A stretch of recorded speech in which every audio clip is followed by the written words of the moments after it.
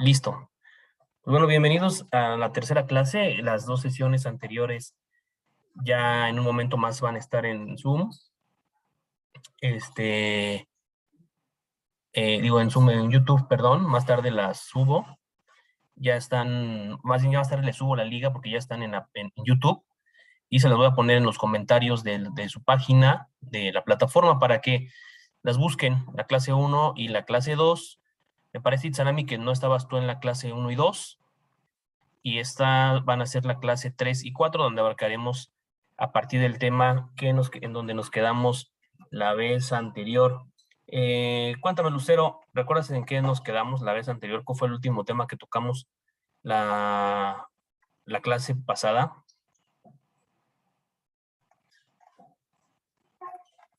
Si mal no recuerdo, fue lo de los artículos, bueno, no me acuerdo cómo se llama el tema, pero fue sobre los artículos que tienen derecho también sobre la capacitación, algo así, no recuerdo muy bien. Sí, fuimos el marco legal de la capacitación. Ahí nos quedamos. Ahorita vamos a ver la evaluación de desempeño, qué es, y también la parte de capacitación y desarrollo y algunos aspectos teóricos de la capacitación hasta llegar a la realización del diagnóstico de necesidades de capacitación. Que ahorita estoy viendo la página, tengo ahí un error en donde dice lectura 6.1, realización de un diagnóstico. Ahorita lo corrijo. Muy bien, pues iniciemos.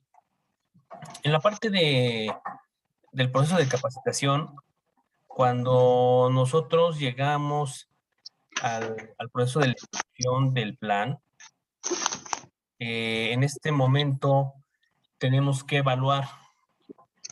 El proceso de evaluación se da siempre al finalizar o al intermedio de la realización de cualquier proceso, ¿no? Siempre tenemos que evaluar porque lo que no se mide no se puede mejorar. Entonces, parte de la evaluación es la medición, ¿no? Del actuar del plan de capacitación o del programa del plan y el programa de capacitación. Entonces, es importante evaluar a los empleados. Además de que, de alguna manera, pues el proceso de capacitación tiene que ver con el desarrollo y el plan de vida y carrera del empleado en la organización. Entonces, es importante que llevemos a cabo un proceso de evaluación como tal. Y además, bueno, también está ligado a un proceso de promoción, ¿no? Para un puesto mejor, de incrementos salariales, más bien mejoras, ¿no? Hay incrementos que son de ley, como los incrementos de acuerdo a la inflación, los incrementos anuales. Hoy son más altos que la inflación, pero también tiene que ver con un tema de mejoramiento salarial, ¿no? Entonces, cuando un empleado llega y te dice, oye, yo quiero un mejor salario, pues sin duda hay que evaluar ciertas cosas, a lo mejor el desempeño, a lo mejor hay que subirlo a otro nivel del organigrama, del escalafón o de la descripción de puesto, ¿no? En el organigrama hay que darle un nivel diferente y para eso pues hay que capacitarlo y para eso también hay que evaluarlo y saber si está en condiciones de llegar al siguiente nivel y cuáles son los beneficios que podrían tener al momento de generar este cambio. Entonces es importante el proceso de evaluación. Vamos a leer un poquito de lo que dice. Dice, la tarea de evaluar el desempeño constituye un aspecto básico de la gestión de los recursos humanos en las organizaciones. La evaluación del desempeño constituye una función esencial. De una u otra manera suele efectuarse en toda organización moderna. Al evaluar el desempeño, la organización obtiene información para la toma de decisiones. ¿En qué sentido? Bueno, referente a cuáles son las adecuaciones o los cambios que debe hacer la organización para su plan de capacitación y su programa de capacitación. O sea, si nosotros no evaluamos, no podemos tomar decisiones sobre qué es lo que debemos de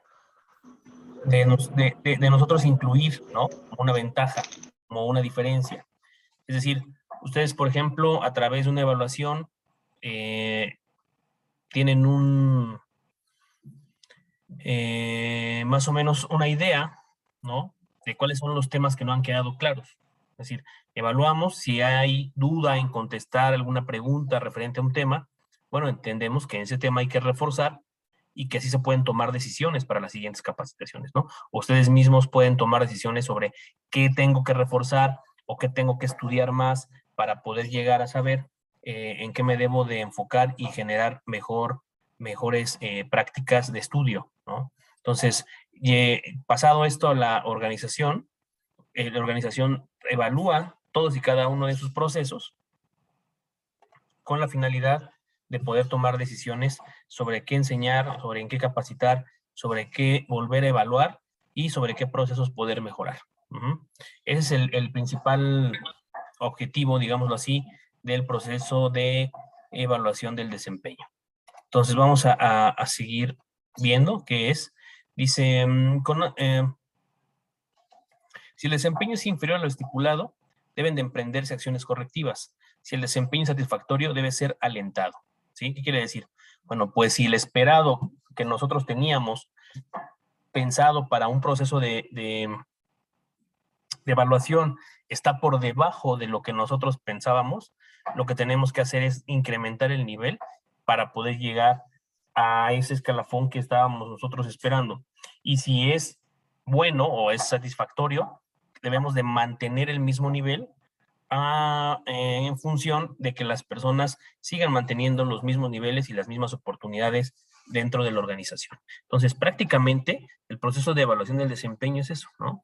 Pero además dice esto, contar con un sistema formal de evaluación de desempeño permite a la gestión de recursos humanos evaluar sus procedimientos, justo lo que les platicaba hace un momento.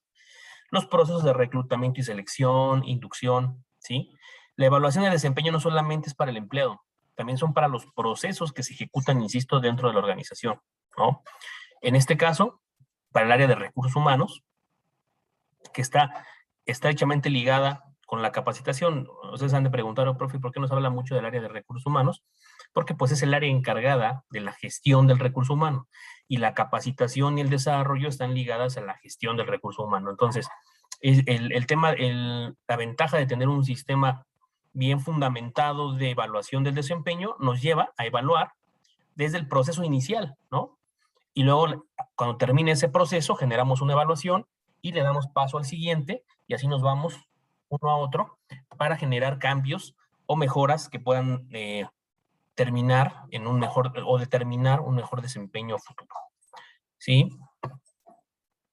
Vamos a ver. En cuestión, dice, en este orden de ideas, al puntualizar el impacto de la evaluación de desempeño sobre la gestión de recursos humanos, ¿cuáles son las principales contribuciones que hace este proceso de evaluación? Primero, la captación de recursos humanos. O sea, es importante ver este proceso no como algo cuadrado y metódico, ¿no?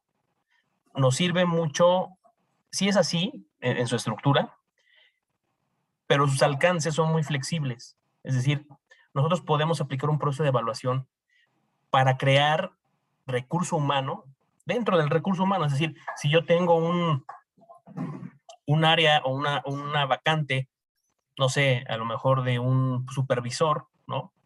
En vez de traer gente de fuera para ocupar esa vacante, yo puedo correr un proceso de evaluación interno y que la gente que ya existe en la organización pueda brincar, ¿no? Eso es a lo que muchas empresas le llaman crecimiento, ¿no? Cuando vas y consigues trabajo y te dicen, pues yo aquí te aseguro que te vas a tener un crecimiento. Bueno, ¿de qué tipo, no? O sea, pues normalmente se viene el crecimiento, se da en varios factores. En la parte económica, ¿no? Que es lo que mucha gente espera. En cuestión de responsabilidades, que está ligado con lo económico. Y de conocimientos, ¿no? Que se deben de otorgar para que la persona pueda llevar a cabo las responsabilidades y que una vez que lleve a cabo las responsabilidades pueda ser acreedora a ese salario que va de la mano con ese nivel de responsabilidad. ¿Sí queda claro? Entonces, ese es uno de los principales factores o puntos a favor del proceso de evaluación del desempeño. Poner evidencia debilidades existentes en ese mismo, en personas procedentes del exterior o del interior, para poder reforzar. O sea, el proceso de capacitación no es inquisitivo, es decir, no es acusador, es mejorador, si se ve de esta manera. A través de ese proceso de evaluación yo detecto cuáles son los puntos débiles, lo que decíamos hace un momento, y a través de una estrategia yo refuerzo los puntos débiles, ¿no? O puedo desarrollar competencias distintas. O puedo entender también, a lo mejor si estoy llevando a cabo un proceso de capacitación mal enfocado, que la persona no está preparada para ese formato de curso y tengo que adaptarlo a otro. Lo que hablábamos hace 8 días, cuando revisábamos la parte de las inteligencias múltiples. Hay personas que una explicación muy numérica de un proceso que a lo mejor no lo es tanto, posiblemente no le quede claro. Entonces hay que buscar la mejor forma y adecuar ese curso o esa capacitación a las necesidades o a las capacidades o a las competencias que él ha desarrollado, ¿no? Al tipo de inteligencia que han desarrollado el grupo. Entonces es importante porque tenemos que saber dentro del grupo cuántos tipos de inteligencias hay y hacer esa capacitación tan versátil de tal manera que encaje, ¿no? Con cada uno de los estilos. Sé que es complejo, pero podemos hacer un material muy flexible que se pueda adaptar a la parte audiovisual, a la parte auditiva, a la parte numérica, a la parte kinestésica, es decir, que todo mundo pueda ser partícipe y que todos tengan la oportunidad de aprender de esa forma. El tema de compensaciones, lo que mencionaba hace un momento, es importante en este rubro porque si no hay una evaluación de desempeño, pues no podemos entrar a la parte de compensaciones, ¿no? Es una realidad. O sea, si no hay esa calificación y esa cualificación, pues cómo voy a poderle dar a un empleado una mejor oportunidad salarial, ¿no? Entonces es en cuestión de compensaciones. Motivación. ¿Por qué motivación? Porque, insisto, el proceso de evaluación no debe ser acusador, debe ser un proceso que ayude a crecer, debe ser mejorador, ¿no? Y a través de ese mejoramiento que se da de la persona mediante la identificación de sus oportunidades y luego para poderle ayudar a solventarlas, pues eso es motivación para la gente. Yo considero que cuando la gente tiene la oportunidad de aprender más, bueno, hay algunas que no, hay algunas, y se los comento en la parte de mi experiencia laboral, la verdad, aunque se oiga raro o triste, pero hay gente que no le interesa conocer más allá de lo que ya sabe. Y así te lo dicen. La verdad es que a mí ya no me interesa conocer más de lo que yo sé. Con el sueldo que gano está perfecto. Y pues aquí quiero estar todo el tiempo, ¿no? Aunque se escuche increíble, pero ocurre, ¿no? Y eso ocurre en muchas organizaciones hoy en día. El desarrollo y la promoción, lo que hablábamos hace un momento de que el proceso de evaluación de desempeño nos sirve para desarrollar y promocionar al personal en el sentido de que podemos afinarle ciertas cositas que pueda tener ahí pendientes y podamos catapultarlos al siguiente nivel. Ese es un punto interesante e importante de mencionar. Y nos ayuda a tener una buena comunicación en el sentido de que podemos a través de la evaluación medir si está fluyendo el canal de comunicación y si somos claros al definir un objetivo, una meta, una función, definir un entregable. A veces que los líderes no tienen la capacidad de poder transmitir, ¿no?, a las personas esa necesidad y pedimos una cosa pero no nos damos a entender. Entonces la gente se confunde, ¿sí? Hay que evaluar también ese proceso, el proceso de comunicación. Después, adaptación al puesto de trabajo. Esa retroalimentación constante, de hecho, durante la parte inicial o la parte de inducción, esa retroalimentación constante nos da la oportunidad de poder ir trabajando con la gente para que se vaya adaptando.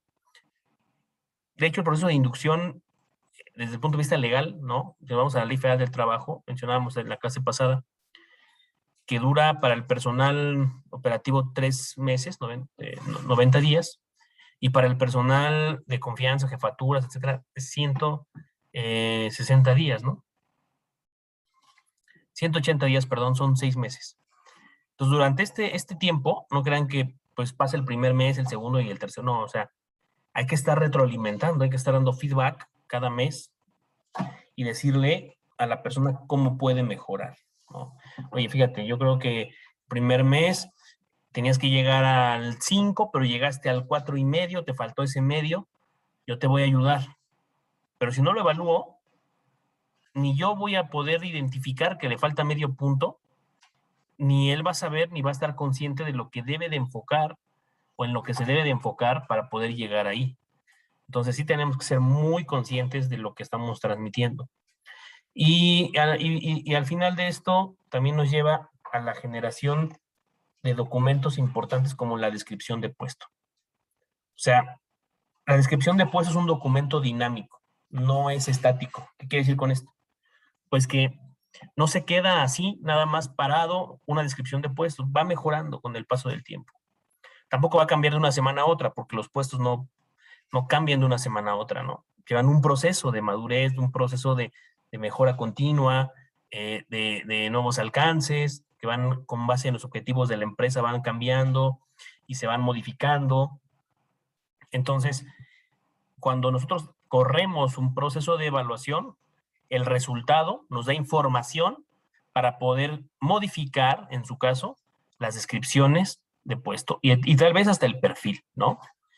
Pero si no hacemos esta evaluación, no sabemos si necesitamos hacer un perfil distinto con capacidades o con competencias distintas para que pueda dar el ancho en una posición. Entonces, tenemos que ser muy conscientes de lo que estamos revisando. ¿Comentarios hasta aquí? Esos son los puntos más importantes en los que tiene injerencia el proceso de evaluación. Es en el material que tienen de su clase número 4, me parece. Entonces, es en la captación de recursos humanos, compensaciones, la motivación, desarrollo y promoción del personal, la comunicación efectiva y clara, la adaptación al puesto de trabajo, y la generación de las descripciones de puestos, ¿no?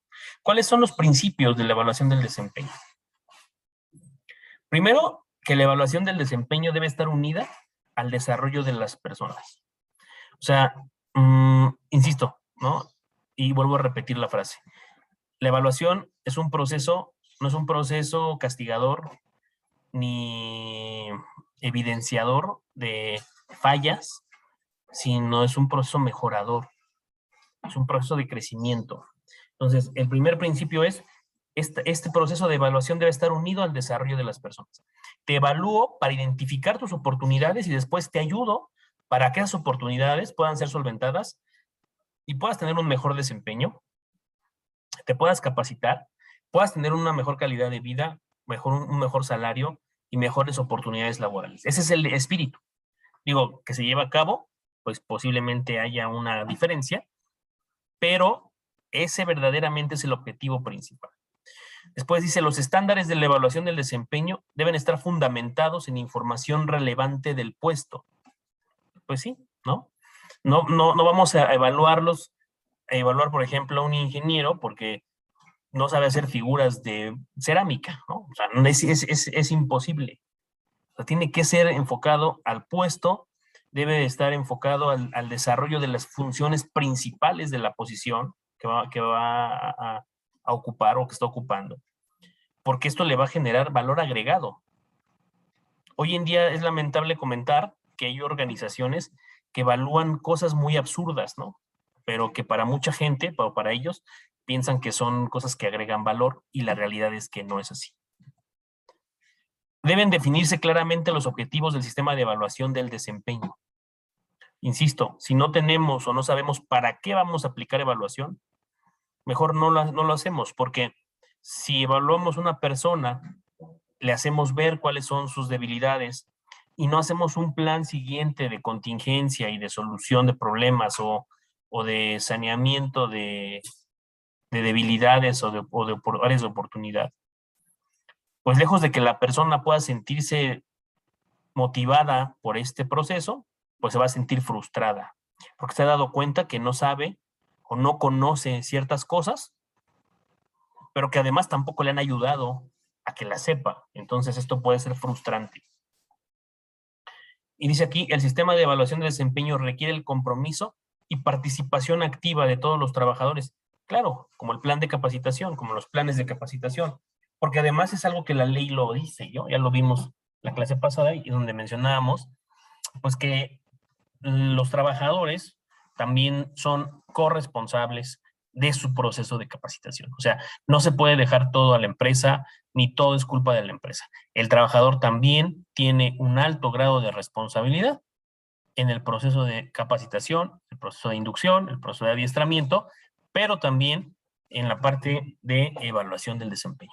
Y luego dice, el papel de juez del supervisor evaluador debe considerarse en la base para aconsejar mejoras. Liderazgo.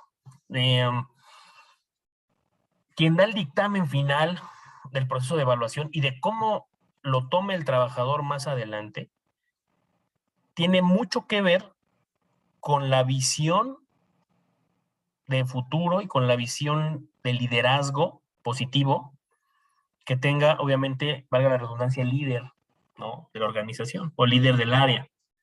Si nosotros no enfocamos o no desarrollamos el papel del juez, es decir, si no le damos esa importancia, si no le damos ese liderazgo positivo a esa función, pues otra vez se vuelve un proceso acusador y un proceso frustrante para el trabajador. ¿Queda claro hasta aquí? ¿Alguna pregunta, comentario?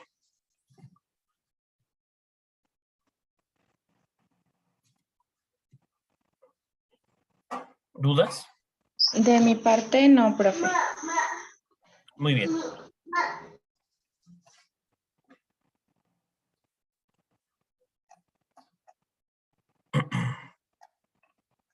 Después, en la parte 5, ¿no?, habla de las partes teóricas de la capacitación. Y nos dice aquí que el proceso de capacitación pues tiene un antecedente histórico, ¿no? Un antecedente histórico en donde poco a poco la humanidad se ha dado cuenta de la importancia que conlleva la ejecución de este proceso como plan de mejora. Dice aquí, desde el momento que se propuso la calidad como modelo de gestión a los empresarios japoneses en la década de los años 50, generalmente todo se da a partir de la Primera y Segunda Guerra Mundial, ¿no? A partir de la Primera Guerra Mundial inician los primeros preceptos de la calidad, de la gestión de la calidad, y obviamente pues un elemento importante de la calidad es el proceso de capacitación. Sin capacitación no puede haber calidad, ¿no? Porque en la capacitación y adiestramiento es el entendimiento, pero además el perfeccionamiento de una técnica o de un conocimiento que ponemos en práctica para realizar una labor. Eso es la función del proceso de capacitación.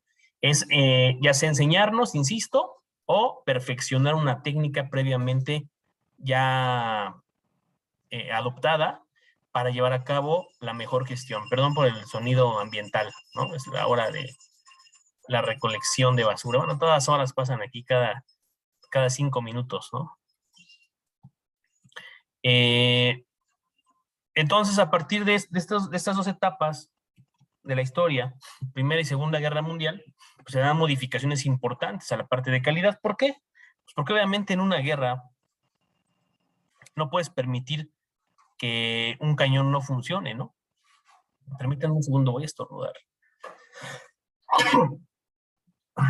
Muchas gracias, perdón. Gracias. ¿Por qué les digo esto? Porque, bueno, en una guerra, ¿no? No podemos, ¿por qué existe la calidad o debería de existir la calidad y la capacitación para el uso?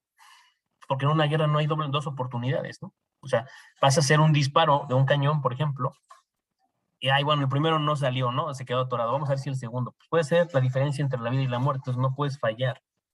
A partir de aquí se dan muchas nuevas técnicas, ¿no? De capacitación se mejoran muchas cosas para el adiestramiento de los soldados, de las personas que manejan las armas en las guerras, en los principales ejércitos del mundo que participaron ahí. Y pues obviamente se dan cuenta de que entre mejor entrenados estén los soldados o las personas que participan en estas cosas, pues mejores resultados hay, ¿no? Entonces obviamente hay mejoras tecnológicas de las cosas, pero también va de la mano con la capacitación y el adiestramiento de las personas que la van a manejar. Y obviamente quien está detrás de todo eso, que son los diseñadores, los ingenieros, pues también tienen procesos de capacitación intensos para que puedan llegar al perfeccionamiento de muchas herramientas para poder desarrollar armas, ¿no?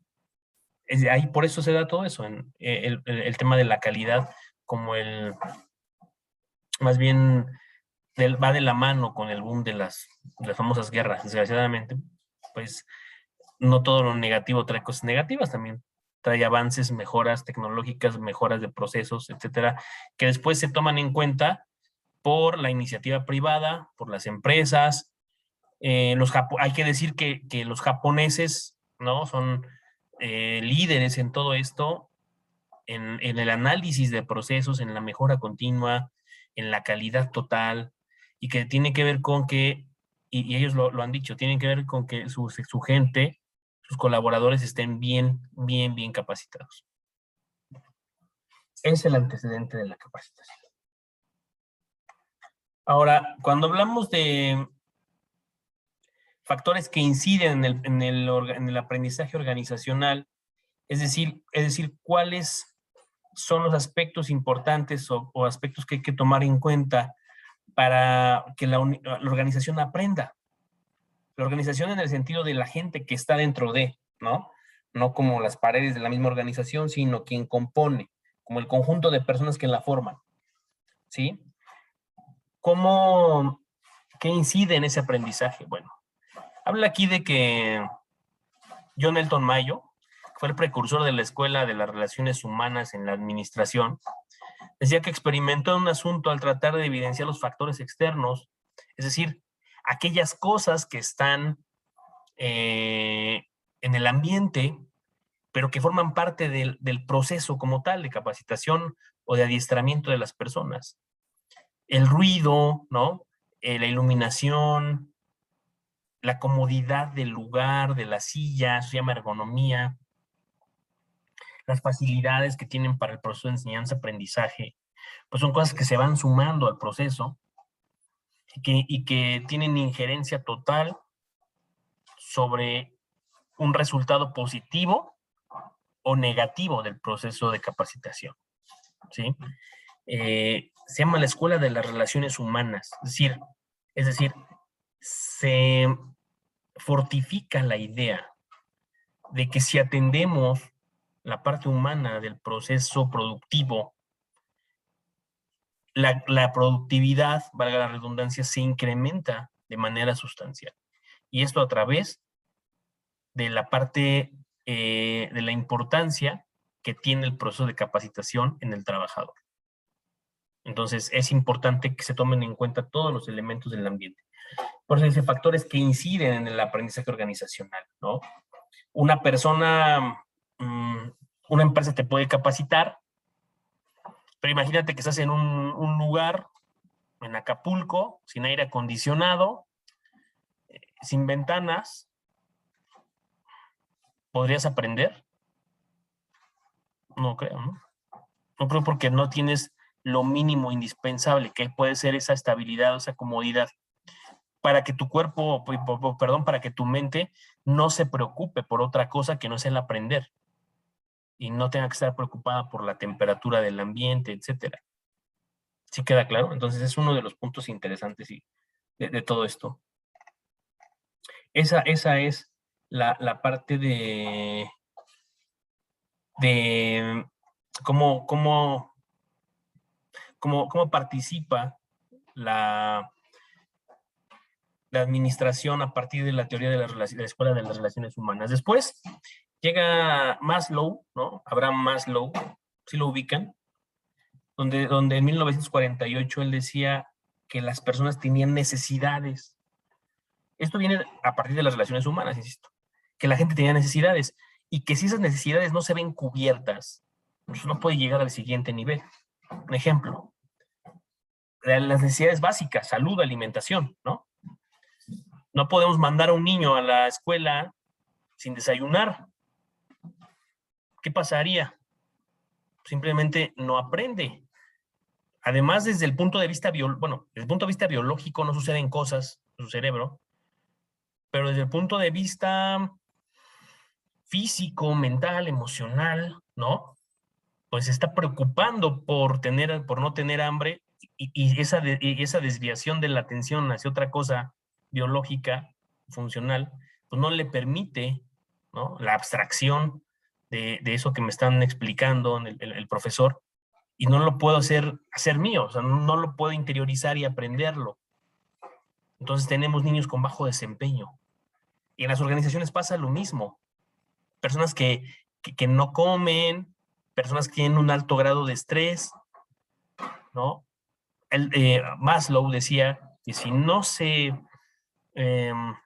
satisfacían esas necesidades, no podíamos llegar a las siguientes. Después salió otra persona que se llamó Douglas MacGregor, y Douglas en 1974 habla de la teoría X y la teoría Y, en donde también esa dependencia que nosotros como líderes creamos de nuestros trabajadores le impiden aprender. Es como cuando nosotros tenemos un hijo y le estamos queriendo dar todo en la mano, todo, y le coartamos esa capacidad de aprendizaje por sí mismo. Eso se llama la teoría X y la teoría Y de Douglas MacGregor, en donde él decía que la teoría X hablaba de que los empleados tendrían que ser todo el tiempo, digamos así, disculpen la expresión, arreándose, ¿no? Tendría que estarse arreando en el sentido de que, oye, tienes que hacer esto, tienes que aprender esto, tienes que mandar esto. O sea, no permitirles ser autogestionables, sino que todo el tiempo se crea dependencia de alguien, de la instrucción de alguien. Y eso va minando la capacidad de toma de decisiones y obviamente la capacidad de pensamiento crítico, constructivo, de la inteligencia, etcétera, y de muchas otras cosas, ¿no? Está interesante porque hasta el día de hoy mucha gente sigue trabajando con la teoría X y la teoría Y en sentido práctico, ¿no? Hay gente que no sabe trabajar en equipo, hay gente que no puede delegar, hay gente que todo el tiempo tiene que estar de metiche viendo sus equipos, ¿no? Así como hay papás sobreprotectores y que no permiten que le pasen nada a sus criaturas y las tienen debajo en una bola de cristal. Bueno, pues también hay líderes y hay jefes, ¿no?, que tienen a los empleados en una bola de cristal y no les permiten tomar decisiones. Sienten que si ellos no toman la decisión, las cosas no pueden salir bien, ¿sí? Entonces, después de ahí viene la teoría Z de Ouchi. Ouchi dice que la cultura organizacional, esto lo ven en el plano Z, ¿no? La cultura organizacional, está la X, la Y, y ahora está la Z, donde dice, sí, Douglas, todo lo anterior, pero también la cultura tiene que ver con esto, ¿no? Y Ouchi dice que los trabajadores tienen que participar, además de ser autogestionables, tienen que participar en el equipo que se llama empresa, ¿no? Y que cada uno debe de tener una participación activa y que debe de tener voz y voto, ¿sí? Después, bueno, viene la teoría motivacional de Tinyala, en donde habla de que el empleado tiene que estar motivado, ¿no? Toma algunos aspectos de Maslow, toma algunos aspectos de Douglas MacGregor y define que el trabajador tiene que estar motivado para poder tener este tipo de apertura de mente a nuevos conocimientos. O sea, no se puede obligar, por ejemplo, a que a un grupo de personas le entre una capacitación en la cabeza si tengo un muy mal clima laboral, ¿me explicó? O sea, tiene que haber un equilibrio bastante estructurado desde la parte mecánica de la organización y de la parte dinámica y práctica de la organización, es decir, aquello que no se puede mover, aquello que se puede mover y aquello que se está moviendo todo el tiempo para generar un cambio. Entonces, es multidisciplinario, es multifacético. Esto tenemos que tomarlo en cuenta para crear planes que vayan acorde a la dinámica empresarial, ¿sí?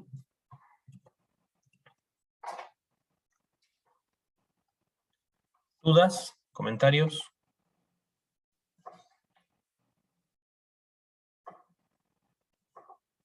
¿Nada?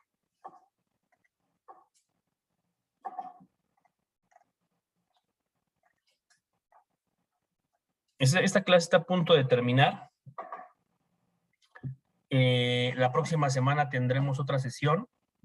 Voy a revisar si es el día lunes o el miércoles, como hoy. Les mando a avisar con Sara, donde vamos a tocar el tema de la detección de necesidades de capacitación para que le vayan dando una releída.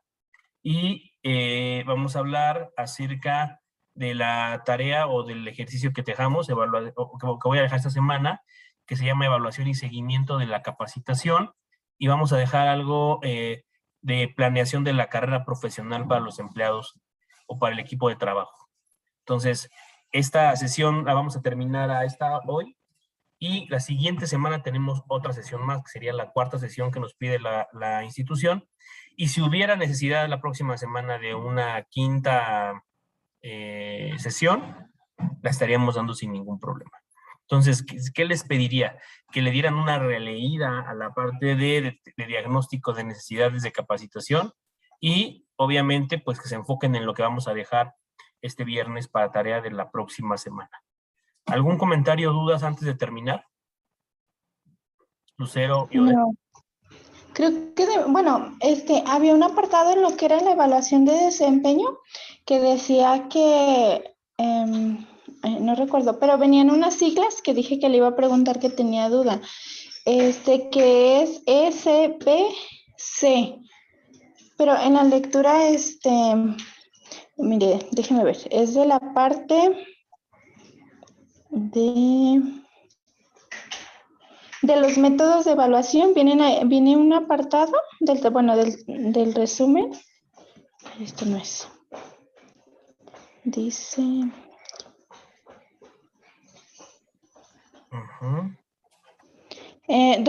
venía un apartado que decía métodos de evaluación de desempeño.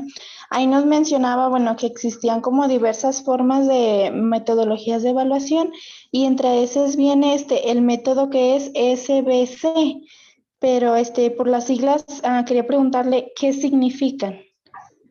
Es un método de evaluación que combina beneficios, dice. Es el método de evaluación que combina beneficios. Ah, ok. ¿Qué significa? ¿Sí? Sí, gracias. Sí, no hay problema. Si quieres, mándame un WhatsApp, Lucero, y le subo, para recordarme, y le subo más información acerca del método SBC. Sí, está bien, profe. Me mandas un WhatsApp y mañana que suba tareas, el viernes, le subo una lectura del método SBC adicional a la tarea, ¿no? Y lo revisamos si quiere la siguiente clase, para reforzar. Sí, está bien. ¿Vale? Yo le comentaba, la tarea de la semana pasada, yo no la he subido. Lo que pasa es que he tenido muchos problemas con mi internet, y como no tengo computadora, sí se me está dificultando. Pero, yo pienso que entre el día de hoy, o mañana ya lo subo. Ok, perfecto. Ya nos queda como 20 segundos, entonces me despido. Les mando el link para la próxima semana, ¿sí? Para que tengamos la clase de la siguiente semana, ¿sale? Sí, gracias. Hasta luego, que estén bien. Gracias, profe, igualmente. Bye.